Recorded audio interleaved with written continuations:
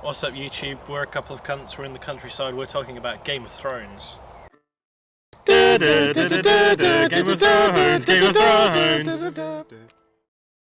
Game of Thrones season 4 has just finished in fairly spectacular fashion. It has indeed. I've seen some of the reactions on Twitter and other places on the internet, and yeah, people seem to be losing their shit about as much as Tywin Lannister over it. So, As he's just mentioned, Matt, I think it's only fair we put a disclaimer at the start of this. Don't watch this unless you've seen all of season 4 or read and completed.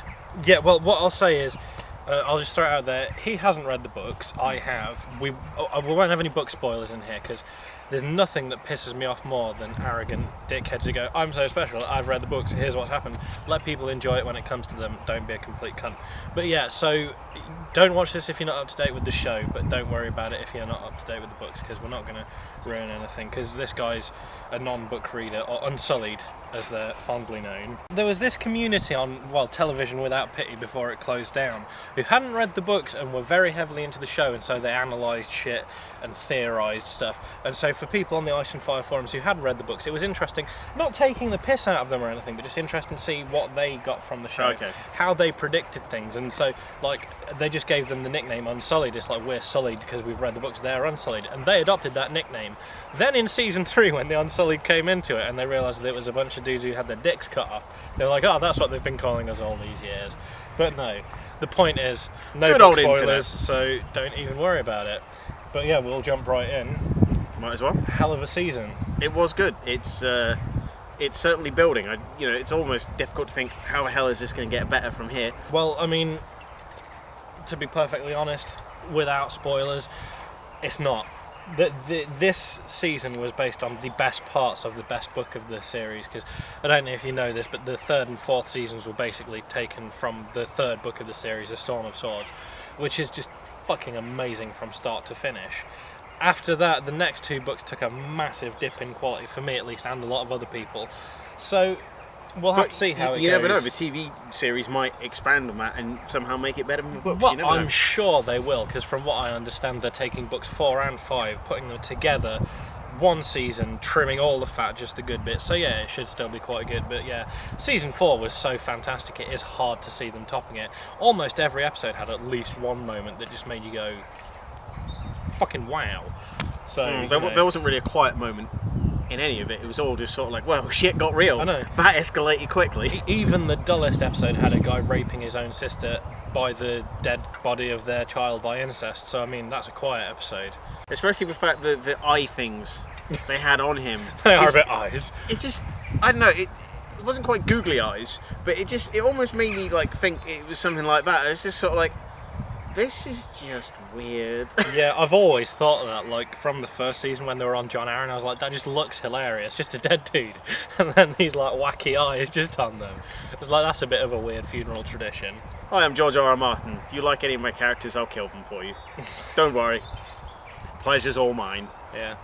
I mean, thus far, in the TV show at least, my favourite character is still alive and in a better position than they were since, they first appeared, so that's all good. He loves Stannis. Yeah. Loves Stannis Baratheon. Stannis is the rightful king. He's a badass. He's the only person who would make a decent ruler for Westeros. Support Stannis or we will burn you. I still think we should be supporting King Hodor. What's one of Hodor's ruling policies going to be? Everything is Hodor. You know exactly what you're going to get from me. He's an entirely fair king. He's not going to surprise you, is he, really? Exactly. It's very funny how quickly people's fortunes change place, because you just mentioned he's really gone on the up. And Tyrion, who has been, who was doing really quite well in previous exploits, from, having almost been killed up in the Riverlands and whatnot, survived that, came back, was okay, saved King's Landing, and then now is in exile. And it's just sort of like, well, things changed pretty fucking quick. He did have a pretty shitty season. It's quite funny. I saw a thing on Tumblr that was basically comparing people's first appearances to their last appearances in each season, and it was great because this is the first season where the last shot of Sansa wasn't her bawling her eyes out. Literally, the next person I was about to mention was, I'm kind of glad Sansa's doing a bit of other stuff now. Things seem to be going better for her, because, don't get me wrong, the lass is a good actress, but I just got so bored of just watching her cry every episode. Don't get me wrong, she has plenty of reasons to cry. She's had a really shitty year or 2 years, however long it is in time in the books. But it's just sort of like, fucking hell, it's just another episode where somebody's done something and she has to cry. And now it's just sort of like, finally she can do something else. Brilliant. It's a damning indictment of the world of Game of Thrones, isn't it, when your fortunes increase when Littlefinger takes you in. It's like, here's a young girl that let's not beat about the bush here. He wants to rape the fuck out of her. And yeah, there's like, she had the perfect chance to get away from him when the Lords of the Vale came. It's like, no, I'll lie for Littlefinger. And it's a pretty similar situation to what happened in the finale with Arya and the Hound. It's like, Brienne totally could have taken her away, but she's like, the Hound is as close as I've got to a role model / father figure these days. And that's a fucked up situation. To be fair, this was the Hound's season. He was fucking awesome in this. Give me some fucking cunt chickens, you bastard. Talking about accents, going back to Littlefinger, yeah. it's just sort of like, I'm sure this must... If you've watched them sort of further apart, it's probably not so much of a problem, but I reckon if you watched seasons 1 to 4 pretty much back to back, just listening to Littlefinger's accent, it's like, where the fuck is this going? Yeah, like, so seriously, it's like, which part of the British Isles is my accent from this week? It's like, I read an interview with Aidan Gillen where he's always trying to keep people on his toes, Littlefinger, and he wants to keep people guessing. Like, so are they trying to guess what your fucking accent is? People have always said that one of the things they love about Game of Thrones is that the characters are very morally grey. There's no real heroes, there's no real villains. Jaime Lannister, great person there. For like almost every single season, I've swapped what I think of him. Is he a good guy? Is he a bad guy? Yeah, it's like, our friend Martin, who, maybe we'll insert a picture of now, depends if I can find a funny one.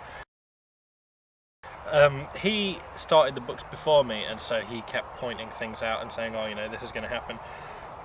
One of the funniest instances of which was that he kept telling me something huge happened in A Storm of Swords, and he was texting me all night. He's, where have you got to? And I was like, I've just got to Edmure's wedding, so nothing exciting is going to happen. But yeah, he said that, like, I think I made a tweet or something, I was like, Jaime Lannister, what a cunt, and he was like, you won't think that by the end of the third book. I was like, there is nothing to make me like this dude. He's an arrogant fuckwit, he's porking his sister, he threw a 10-year-old kid out of a window, and by the end of the book I was like, Jaime Lannister's a pretty cool guy. Fucking character development, and kudos to George R.R. Martin. Certainly by the end of season 4, I was very conflicted on the guy. There's various characters I've just sort of seen him away through. It's just sort of like, do I hate you? Do I like you? Sort of thing. It's very difficult to really put your faith in anybody. I think this was sort of what I referred to as the big three, who you kind of know probably still going to be around for a bit. Jon Snow, Tyrion, and Daenerys. Yeah. Who have been pretty much mainstays in all of it. Talking about how there's no particular good guys and villains, and so people can choose who they root for. One of the perfect examples of that is the Battle of Blackwater, where I'm sure 90% of the TV audience were going, yeah, Tyrion, brilliant, blow all those ships up, what a dude, and I was just going, no, come on, Stannis, come on, he can win. I don't know. That's how much of a boss Stannis is. He fucking lost, like, 2/3 of his fleet in one go, still went, no, fuck it, I'm leading the charge at the city walls, and would have fucking won despite all that if Deus Ex Tywin hadn't rocked up with the entire Tyrell army. There wasn't really any unifying thing at any point, but you can sort of see from the beginning, you see why so many people were behind the Starks, because they sort of seemed to be the first family that was sort of like almost wronged, as it were. Yeah. And because like you assume to begin with, you see them, it's like, oh, these are the guys, and you keep seeing shit happen to them, and you're thinking, right, obviously something's going to happen. There's going to be a massive battle. One of them's going to win. Jon Snow's going to come down from north, meet up with his brothers, beat everyone. It's all going to be fine. And then you suddenly realise, oh wait, well, doesn't look like that's going to happen. Well, looks like the Starks ain't shit no more. Yeah, I mean, they clearly were set up as the protagonists at the beginning, but it's great because, yeah, most people support the Starks, and then my wife is just like, her favourite house in the entire thing is the Boltons, so she looks at the Red Wedding in a very different way to everyone else. If you want a house who's ancient, honourable, has direwolves for pets, and generally upholds the law, you support the Starks. If you like a house who's sort of always been in the background flaying their enemies and being complete trolls, House Bolton is for you. The show does make explicit a lot of what's only implied in the books. So, for instance, like even now, it's only been implied that Theon was castrated, whereas it's very, very explicit with his dick in a box in the show. Or Renly and Loras were never explicitly said to be lovers in the books, whereas in the show, first scene of those two together sucking a dick with the most exaggerated blowjob noises ever. God damn it, so annoying. Someone who sadly did miss out on quite a few episodes this season, sort of after the midpoint, we didn't see Marjorie Titte's Tyrell anymore. Is that her official, title in the show. I'm sure Well, she's it like fucking is princess to me. or something. No, well, she's queen now, isn't she? But to me, she'll always be. Natalie Dormer is a very beautiful woman. I cannot find any part of that sentence to disagree with. No, I mean, amongst a bevy of absolute beauties in that show, I mean, like the one thing is that in the books, Brienne is always described as ugly. Basically, I mean, there's no sugarcoating it. She's got like buck teeth and straw-like hair and flat and everything. It's like Gwendolyn Christie's absolutely fucking gorgeous. I know, like in the series with that haircut they've given her, not at all. But as soon as you see her out of that, she's got a bit longer hair, and she doesn't look like she's been sleeping in a field for a month. Utterly stunning. I know, it's weird. And then on the other hand, it's like, I don't mean to offend anyone here, but fuck it, I'm gonna. Like, Theon is described in the books as being an incredibly handsome, fresh-faced guy, and they cast Alfie Allen. I mean, like, he's a great actor, truly impressed me, but the dude is ugly. He looks like he picked a fight with a cactus and lost. Before we came out here, I prepared a little. Now, I've not cleared this with my unsullied co-host, but I've put together 10 facts about the books that might surprise people who've just watched the show. So here goes. Number 1, Robb Stark's wife is still alive. When it comes as a surprise, considering she got stabbed in the baby in the show. Number 2, Sir Davos and Gendry have never met. Number 3, Theon disappears for 2 whole books after the sack of Winterfell. Basically, the place gets burned down. You don't see him again until he's reified, but they decide to show all that on screen. Is that really a problem, him disappearing for 2 books, let's be honest? Problem, it's just a fact that may surprise some people. That was the point of this. Cunt.